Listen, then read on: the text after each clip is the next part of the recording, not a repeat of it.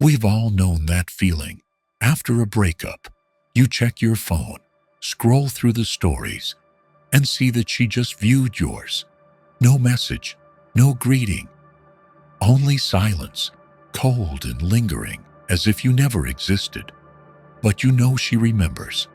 She rereads old messages, listens again to the songs you once shared, maybe even types a few lines, then deletes them, repeating the same ritual of loneliness.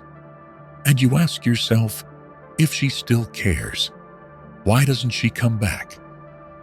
We assume her silence means indifference, but in truth, it is a shield, a quiet battle between longing and pride. And if we fail to see this, we slip into a spiral of self-inflicted pain, waiting for a message that will never come, wasting our days wondering, does she still think of me? But this is not a love story. This is a reckoning.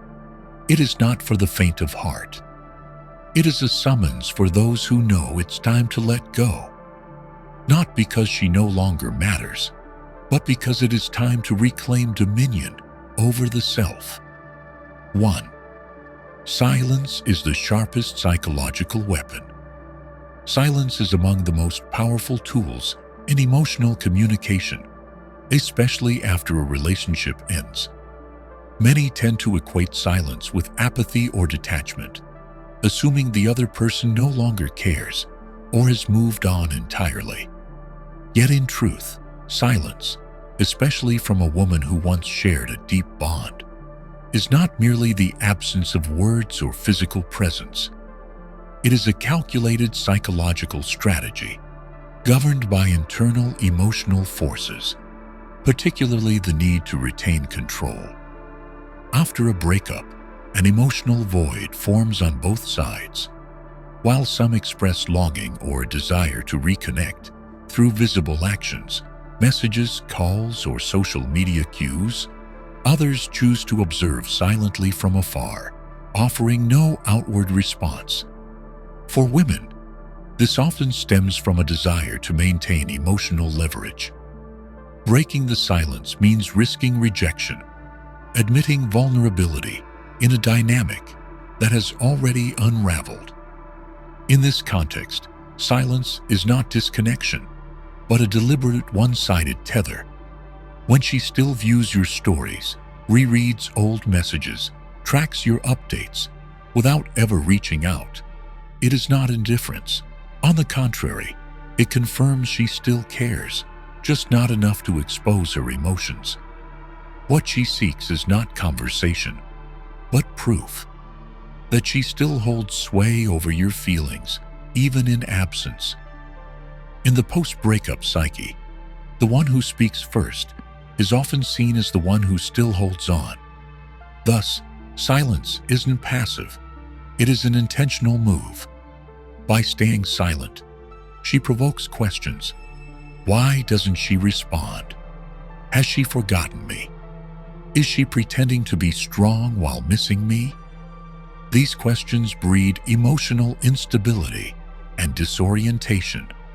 Through silence, she still orchestrates your emotional tempo without uttering a word.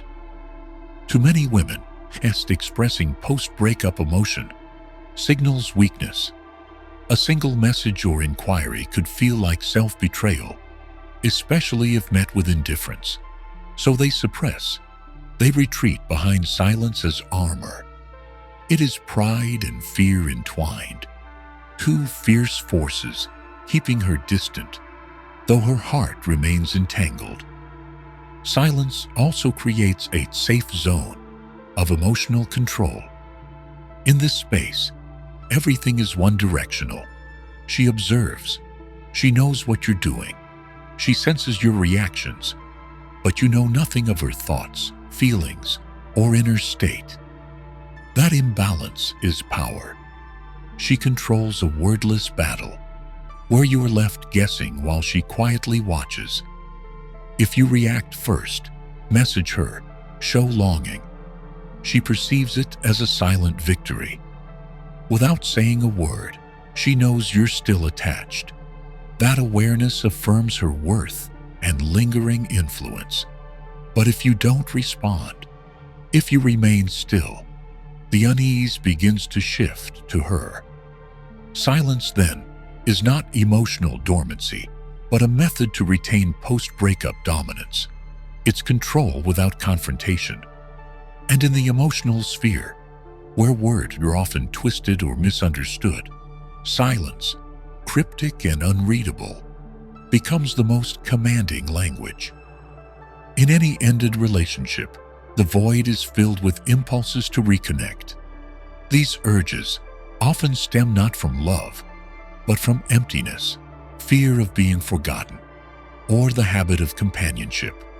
Ironically, the very moment one feels compelled to do something, to send a message, react to a story, is when self-control is most fragile.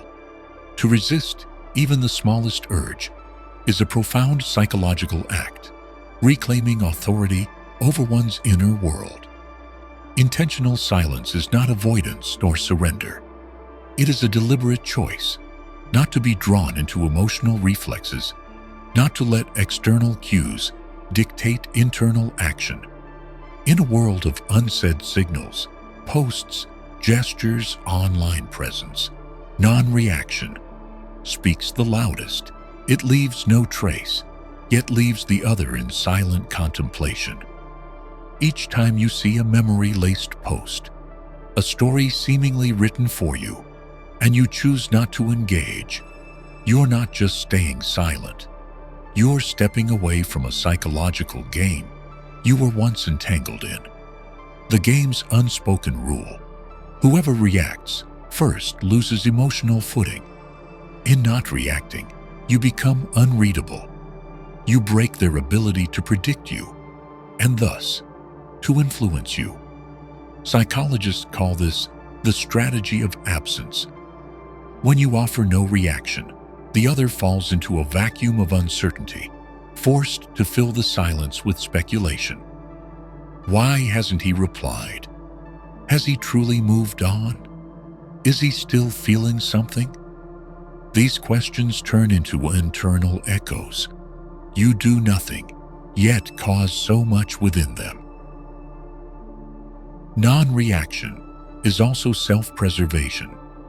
When you aren't shaken by a photo, a caption, a cryptic move from an ex, you're sharpening the ability to withstand external emotional noise. This is key to restoring post-breakup balance.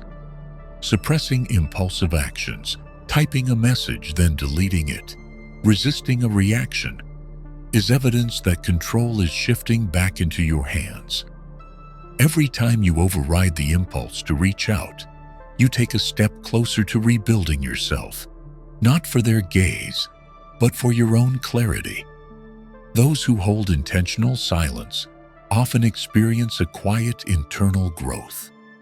They become less swayed, less dependent, and freer from disorienting emotional ties.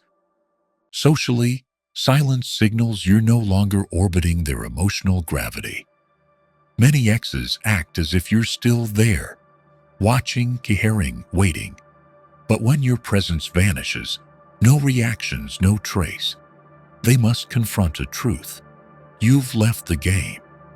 That withdrawal makes you less accessible and, paradoxically, more magnetic. In the Stoic way of emotional mastery, silence is strength, not from lack of feeling, but from not being ruled by it. In a relationship's aftermath, where words spark conflict or misunderstanding, non-reaction is not only wise, it is liberating. 2. Your worth is not measured by being loved, but by standing on your own. After a breakup, one often feels engulfed by emptiness. Sometimes both parties do. In this vacuum, many begin to confuse another's absence with their own diminished worth. They think, if she no longer loves me, if she's no longer here, I must not be enough. This mindset breeds a spiral of self-doubt, corroding self-respect and confidence. Tying self-worth to another's emotions or actions is a common, dangerous dependency. When someone believes they matter only if loved, they relinquish their power to define value. Every positive feeling hinges on external approval. If loved, they feel worthy. If ignored, they spiral into worthlessness. This dynamic creates fragility, because when self-worth lies outside, even a small external event, a message left unread, a photo of her with someone new, or prolonged silence, can trigger collapse. The damage doesn't come from what the other person does, but from having surrendered inner sovereignty. Psychology calls this external validation dependency, a state where self-value hinges on being seen, acknowledged, or affirmed. These individuals obsessively check their phones, overanalyze minor signals, and measure themselves through others' perceptions, not inner clarity. In the wake of separation, this mindset intensifies. The abandoned ask, "Why didn't she choose me? What did I lack? If she no longer loves me, am I still lovable?" Without reasoned reflection, these questions turn into harsh judgments. They believe they're not enough, that change might have salvaged everything. But the essence of worth doesn't stem from being loved. Love is fluid, shaped by timing, circumstance, and need. It is not a metric of value. Someone may no longer love you, but that does not mean you're less. It's a shift in emotion, not a sentence on your character. When worth depends on others' affections, one loses spiritual independence. They become malleable, manipulable, and small. They bend for attention, reshape themselves for approval, or worse, erase their identity to preserve a bond. This dependence robs people of agency. They no longer act from personal ideals or purpose, but from fleeting feelings or reactions. And when worth is outsourced, one never feels enough, because others' emotions are unstable and out of reach.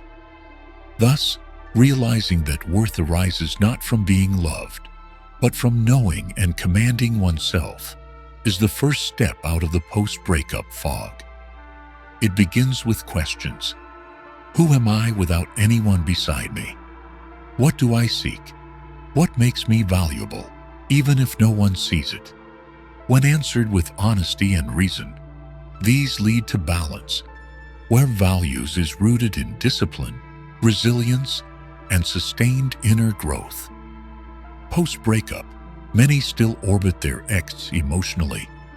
Though the bond is gone, they live as if life only matters if the other notices, watches, or returns. Their choices, social posts, cryptic captions, even their silence, are covert bids for attention. Thus, they remain mentally bound, though the relationship has ended.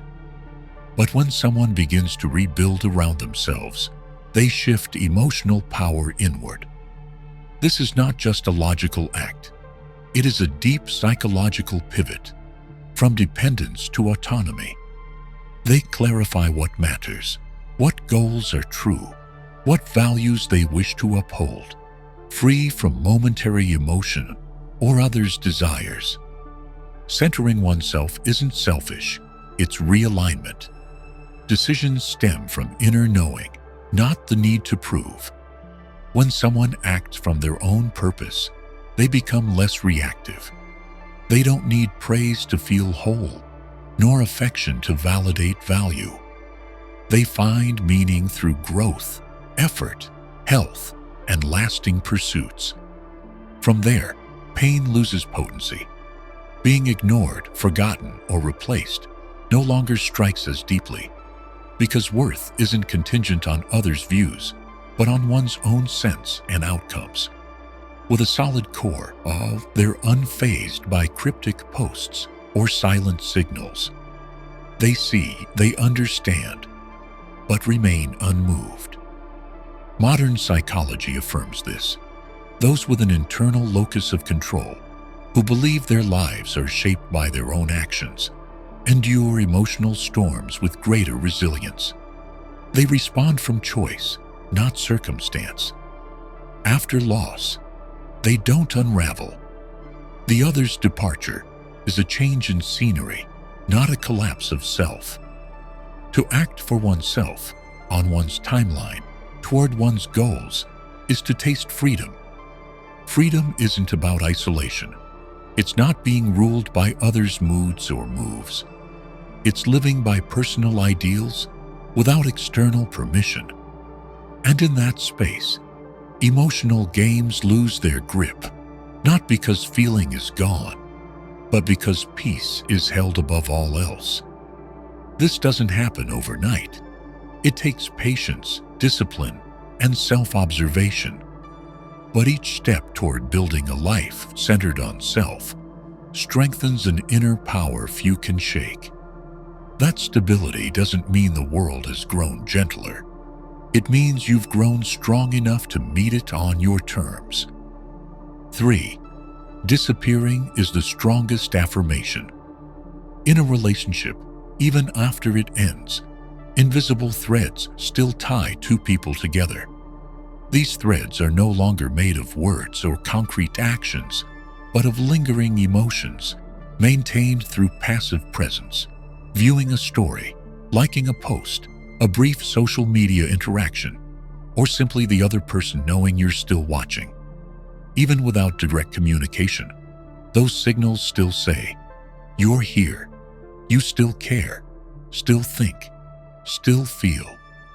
And that alone allows the other to retain a form of emotional power over you. Emotional power is the ability to influence another's mood, thoughts, and actions without direct involvement. It operates quietly through presence. As long as you allow the other to see you're still paying attention, even silently, you're still granting them the ability to steer your emotions. After a breakup, this creates an imbalance. One holds control, the other remains passive, waiting, reacting, hoping. But when you vanish completely, no messages, no interactions, no presence on shared platforms, that balance begins to shift. Your withdrawal from the shared emotional system is not only behavioral, but deeply psychological. It marks the moment you reclaim the power you once gave away, often unknowingly. That void forces the other to confront a truth they had long avoided. You've moved beyond their reach. The moment someone truly disappears, fully stepping away from the emotional space once shared, triggers a powerful psychological response. Because this loss doesn't come from a fight, a second breakup, or harsh words, it's just prolonged, unannounced absence. In that space, the other person has no data to interpret, no signs to read. And because the human mind fears the undefined, they begin to ask, why is he gone? Has he forgotten me? What is he doing? Why can't I affect him like before? These aren't questions of affection. They are the psyche's reaction to losing control. Before, the other could feel secure, knowing you were still there, that a small signal could provoke a response. But when you disappear, that lever is gone. What remains is a sense of helplessness, the realization that emotional control is no longer in their hands. Unlike harsh words or dramatic exits, disappearing lacks overt emotion. It's quiet, but undeniable. A long, deliberate absence provokes more reflection than any confrontation. There is no blame, no demand, only the silence that forces the other to face themselves and the void left behind. And in that space, the truth becomes clear. You no longer exist in their frame of reference. Behavioral psychology describes this as the disruption of passive connection. When a familiar loop is broken, Say, you always watch their stories, and suddenly you vanish. Their brain detects an anomaly, and in trying to understand it, they shift from control to confusion. They guess, they wonder, they search. Disconnection becomes not the end, but the start of a reversal in emotional power. In essence, disappearing isn't mere avoidance. It's a strategic psychological act. You reclaim the power you once gave away. Consciously or not, you're no longer governed by someone else's behavior. And more importantly, you stop fueling the shared emotional engine you once both fed. In your absence, you don't just create space. You redraw the boundary between who has let go and who still clings. Disappearance is often mistaken as weakness, fear, or emotional evasion. That belief stems from the idea that adults should talk things through, and silence is for those too fragile to face the truth. But not all silence is avoidance. Often, disappearance is a deliberate assertion of sovereignty.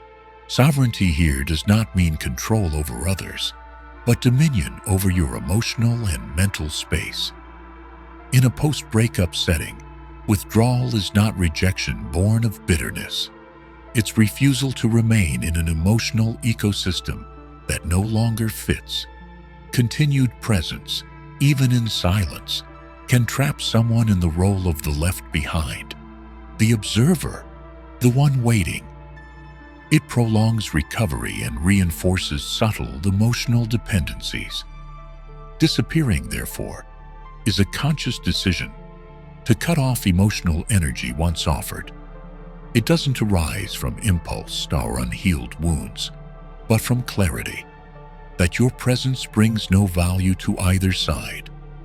While many use silence to wait for a comeback or make them miss me, sovereign disappearance is a true severance from the old emotional role. No announcements needed. The act itself is the declaration. Cognitive psychology studies intentional withdrawal as a means of redefining boundaries. When someone sees that even indirect contact with an ex still shapes their mood and thoughts, stepping back becomes an act of healthy self-protection. Not all breakups require a final conversation. In some relationships, the clearest closure is long, silent absence, with no signs, no need to be understood, and no explanations. Disappearance is also a form of self-respect. When one chooses to retreat, they make space to recover, rebuild, and restructure personal beliefs, unshaken by outside forces. In that space, there is no performance, no need to prove you're okay, no pretending indifference. It's simply stepping away from the emotional noise to restore internal balance. Sovereign disappearance also communicates boundaries. In many past relationships, lingering contact, however subtle, sustain emotional ambiguity. No one says they're still in love, yet no one fully lets go. That gray zone breeds unspoken hopes and quiet disappointments. When someone decisively withdraws, they send a silent message. The boundary is drawn. Emotional control is no longer shared. Disappearance creates a still point in a broken interaction. No replies, no echoes, no interpretation of half-finished stories. In that stillness, the one left behind must face the emptiness. They can no longer use your passive presence for comfort or validation.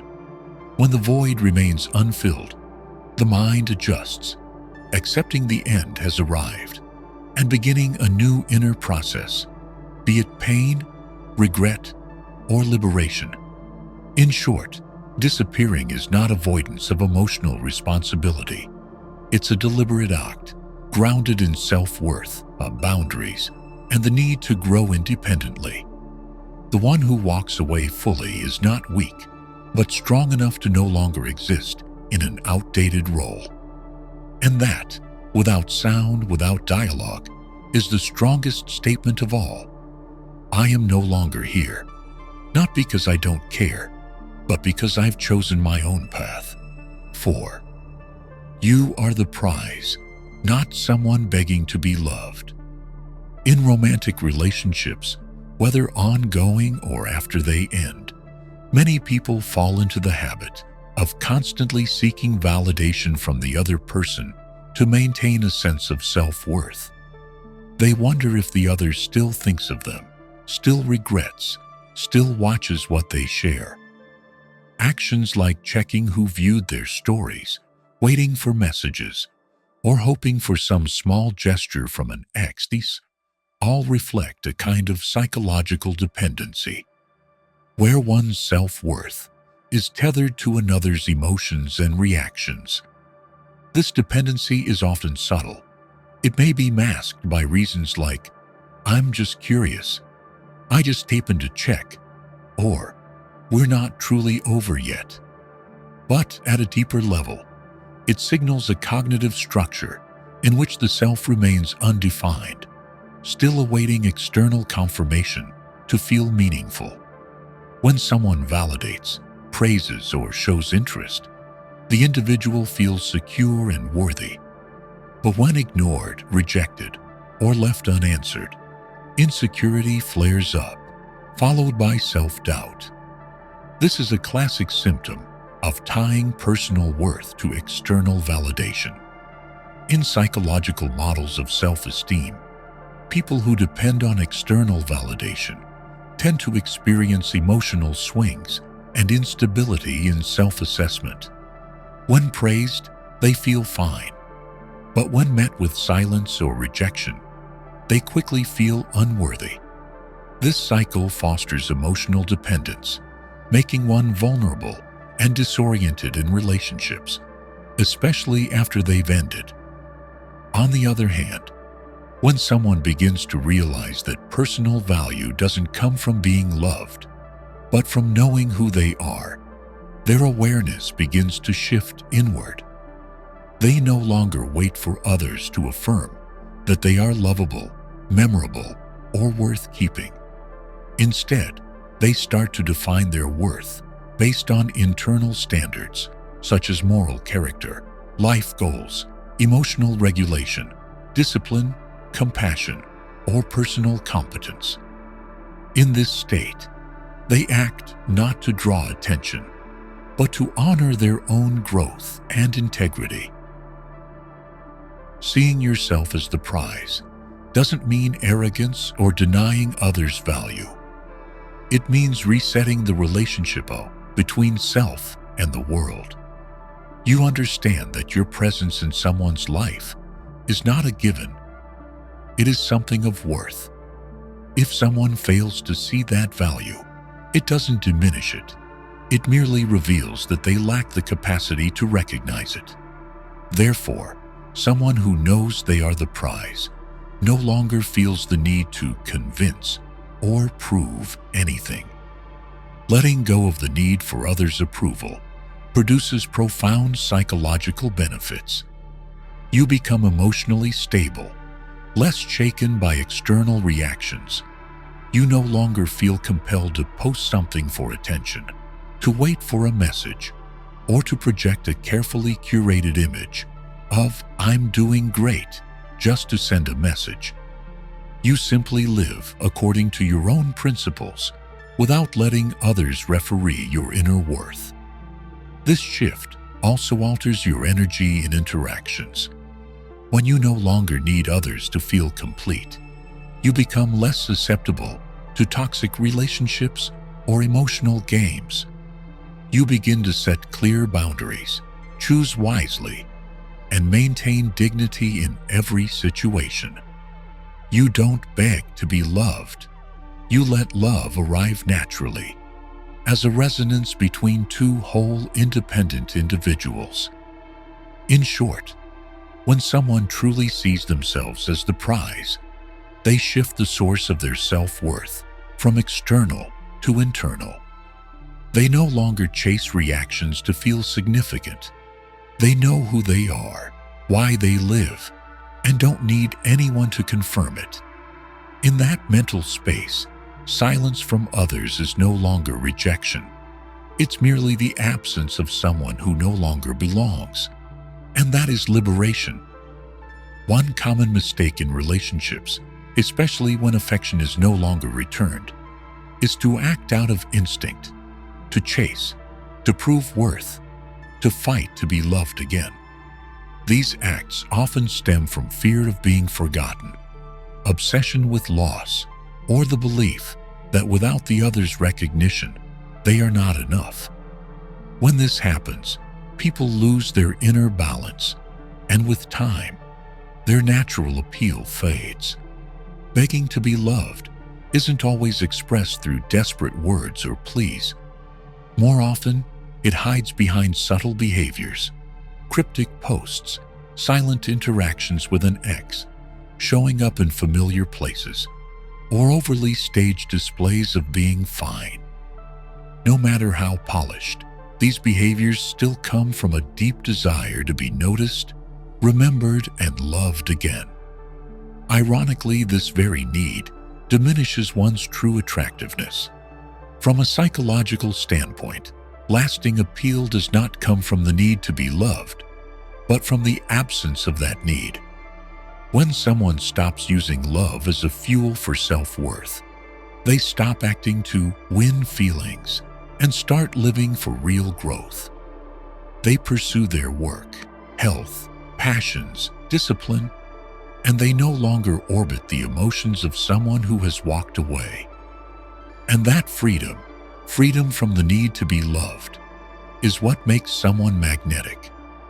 In today's emotional climate, where many chase validation like a thirst, the self-possessed person stands apart. They don't strive to please, don't compete for attention, and don't chase. They radiate what psychologists call non-needy energy, a presence that draws others in, yet remains ungraspable. This idea has been examined in studies of social attraction. Individuals with inner autonomy, who aren't emotionally dependent, tend to become natural focal points in social groups, not because of looks or talent, but because they emit no signal of "I need you." They act for themselves, and that makes them trustworthy and irresistibly attractive. Moreover, when someone stops begging to be loved, their behavior becomes more consistent. The actions of texting, then deleting, engaging, then retreating, or sending mixed signals, common during emotional instability, begin to vanish. What emerges instead is clarity, decisiveness, and calm. These are hallmarks of someone no longer governed by impulse, and it is this consistency in action, serenity in response, and freedom in choice that create lasting allure. When attraction no longer stems from the desire to be loved, but from the strength to live without needing it, it no longer depends on how others respond. This person doesn't need their ex's attention to feel worthy, nor a compliment or regret to feel good enough. They have built their own value system, where magnetism is not a tactic, but the natural result of deep personal growth. This kind of attraction is resilient, while attraction based on unstable emotions leads to dependency, fatigue, and collapse. The kind that springs from inner strength builds relationships founded on respect, equality, and maturity. It is not the kind of bond that must be clung to or feared. It is a voluntary union of two complete people who do not need each other to survive, but choose to walk together out of shared values. In the end, when someone stops begging for love, they shift from passivity to agency. They no longer act to earn attention, but live in alignment with themselves, letting that energy attract what's meant for them. They no longer try to become someone worth loving. They return to themselves, and in that return, they become irreplaceable. 5. Serenity ends the emotional game. After a relationship ends, what remains isn't just memory or emotion, but a kind of lingering energy between two people, even without direct communication. In this state, many unconsciously sustain mutual influence through emotional games, actions designed to provoke a reaction, cryptic posts, curated self-presentation on social media, strategic silence, or selective engagement. These behaviors are not necessarily malicious. More often, they stem from the need to assert presence, test influence, or soothe the ego after emotional injury. However, emotional games only work when both sides play. Their effectiveness depends on one thing: the other person reacting. Reactions aren't limited to texting, calling, or replying to stories. They also include attention, expectation, or inner turbulence.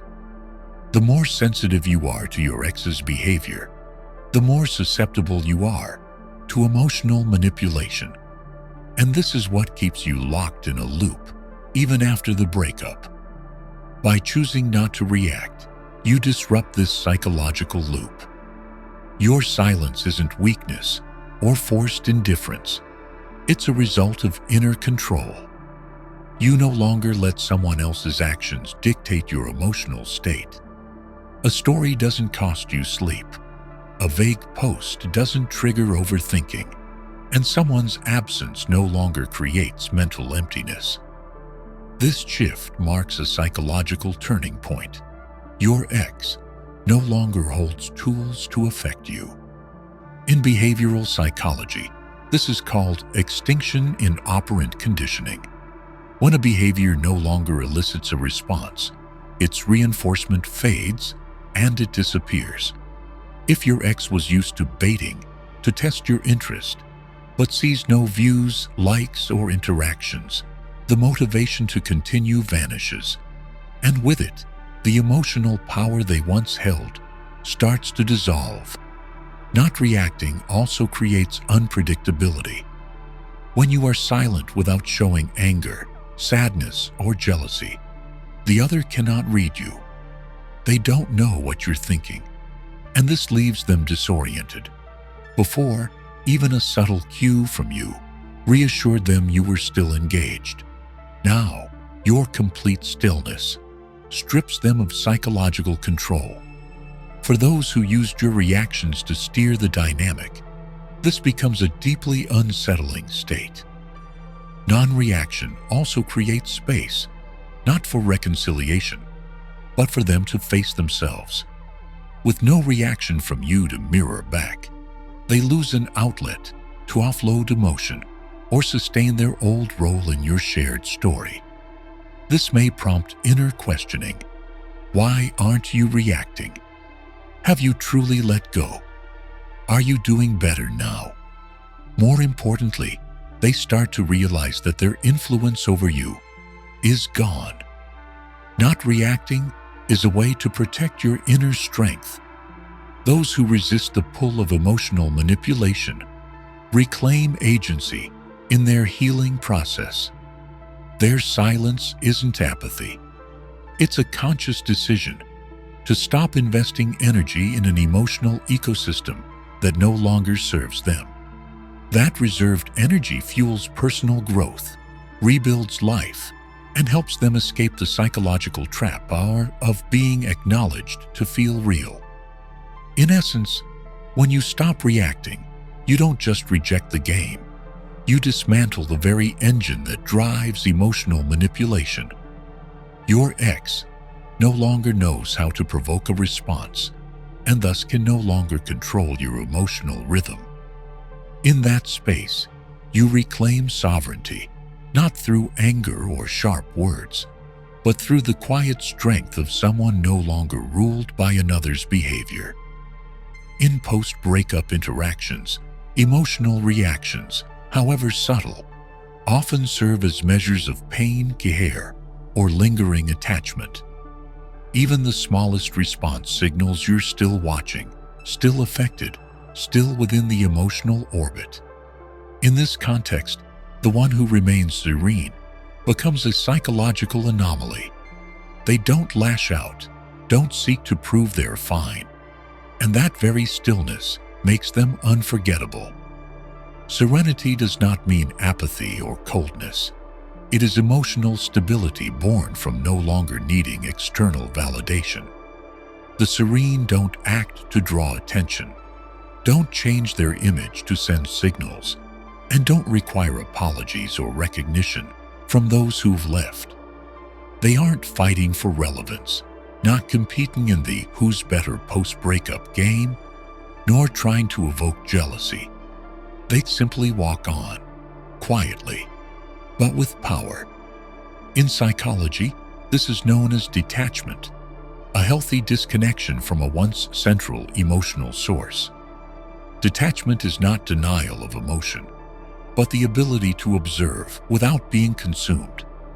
The serene don't deny there was love or that pain existed, but they no longer let those things govern behavior.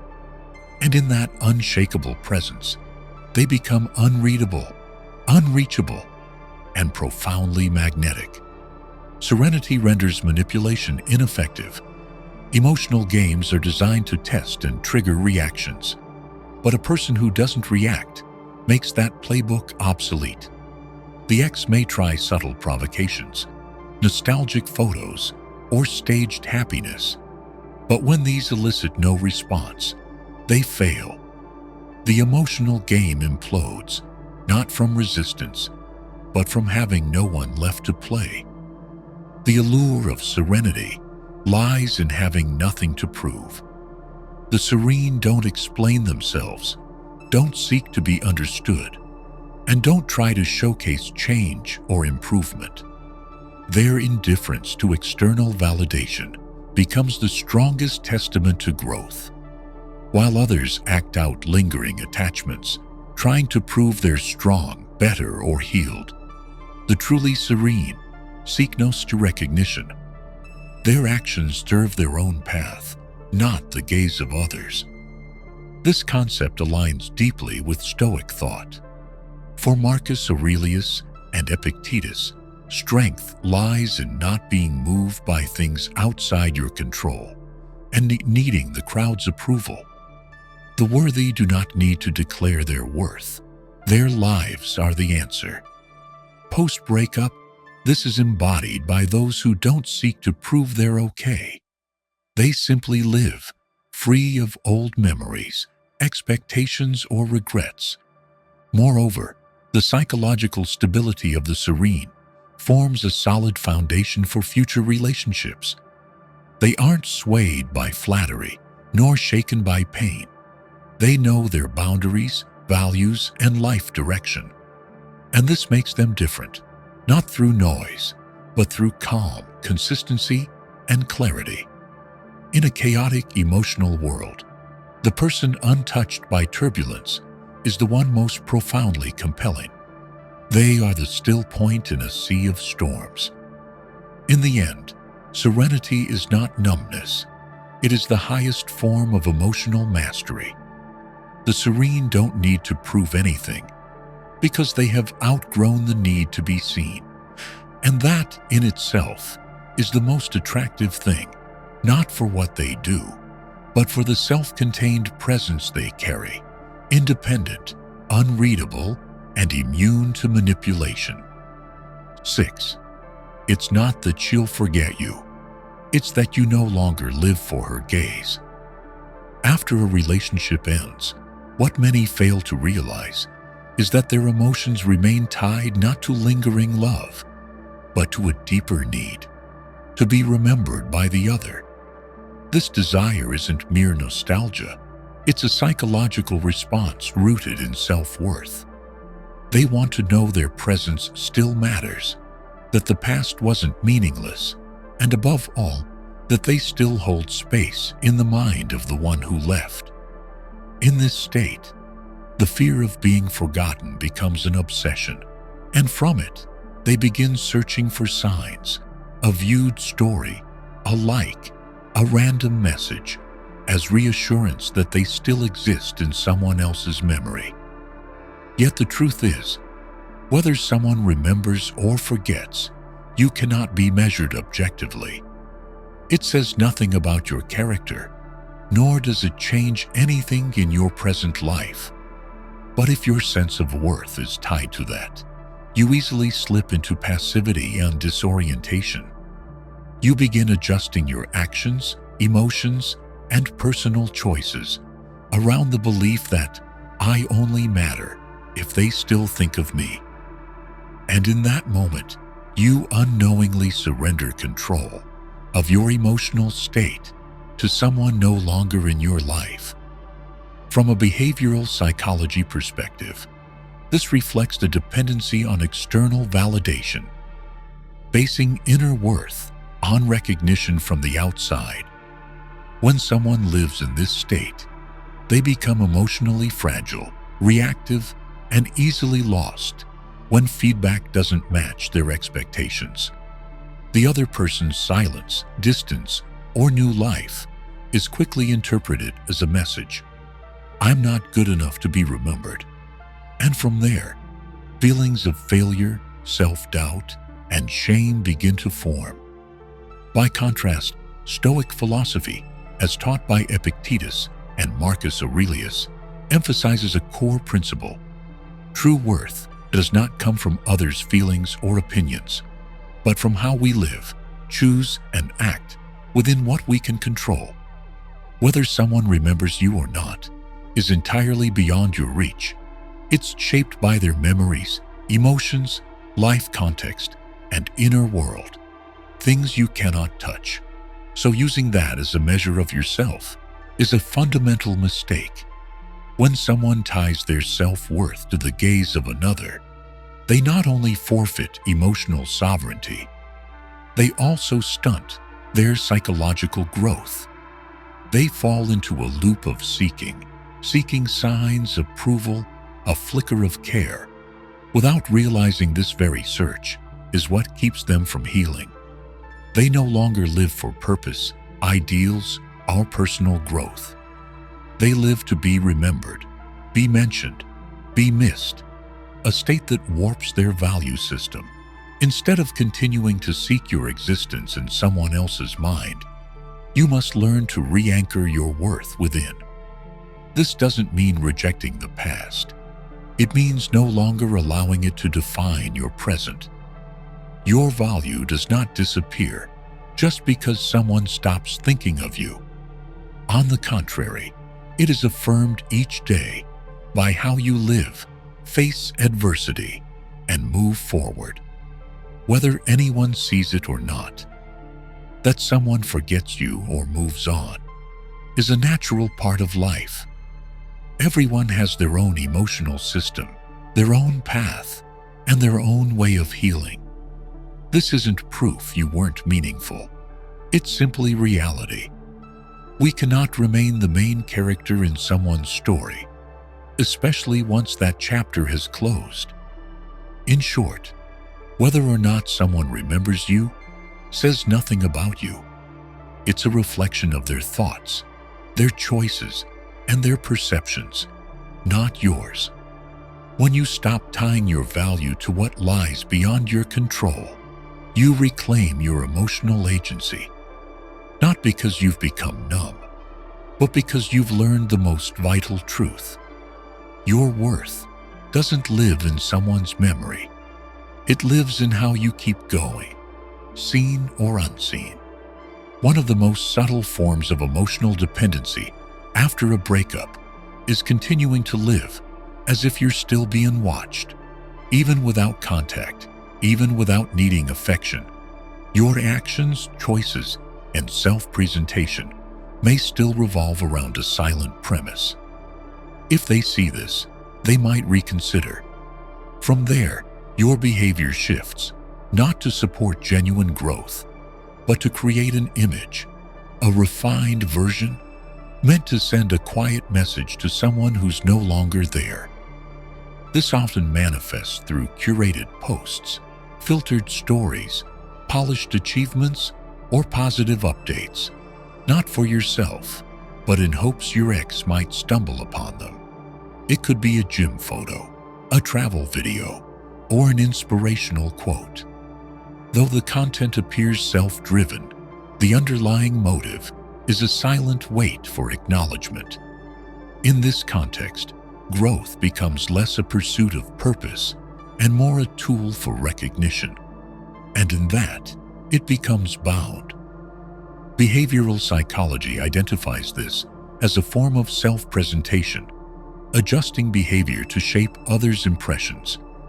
While natural in social life, when rooted in memories of a past relationship, it distorts how one sees oneself. Instead of asking, "Who do I want to become?" the question becomes, "What should I show so they see my value?" The second question doesn't lead to freedom. It leads to a cycle of expectation, judgment, and self-adjustment to match another's invisible gaze.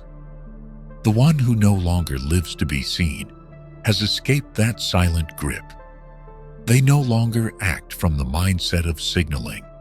They don't need recognition to stay their course. They can learn a new skill without showing it off, train their body without broadcasting it, achieve quietly without applause. They don't need to be watched to feel worthy, because that worth now comes from their commitment to themselves, not outside response. This state is known as internal locus of control, a core trait of emotional freedom. When actions and motivations come from within, the individual breaks free from social expectations, judgment, and the need for external eyes. They are no longer actors performing on a stage where the other is the audience. They simply are, living authentically, building something real and lasting. To stop living to be seen brings immense emotional peace. That person is no longer rattled by silence, lack of response, or even being forgotten, because their existence does not depend on being witnessed to have meaning.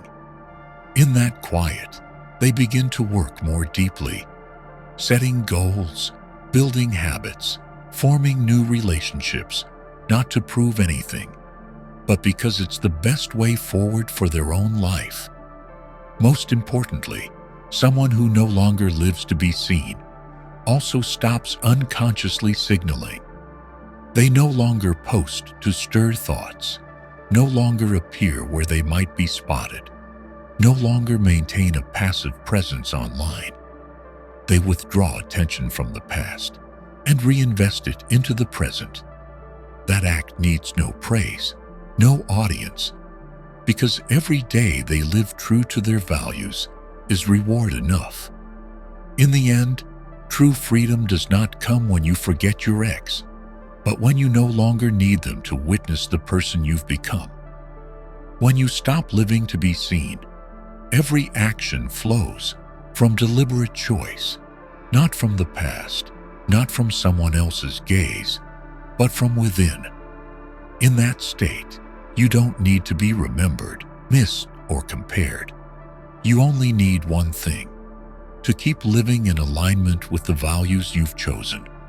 We often think that getting over someone is a matter of emotion, but in truth, it's a process of thought, a daily practice where we must constantly choose: who are we living for memory, for someone's gaze, or for our own ideals? For me, the hardest part wasn't cutting off contact, but stopping unconscious reactions, stopping the habit of checking stories, stopping the question, does she still remember? Stopping the need to be seen as doing fine. I used to think silence was just a way to appear strong, but the more I practiced, the more I realized real silence is when the mind no longer chases anyone. When I go exercise, not because someone might see it, but because this body deserves to be strong. When I learn a new skill, not to prove anything, but simply to know that I'm progressing each day, even if no one knows.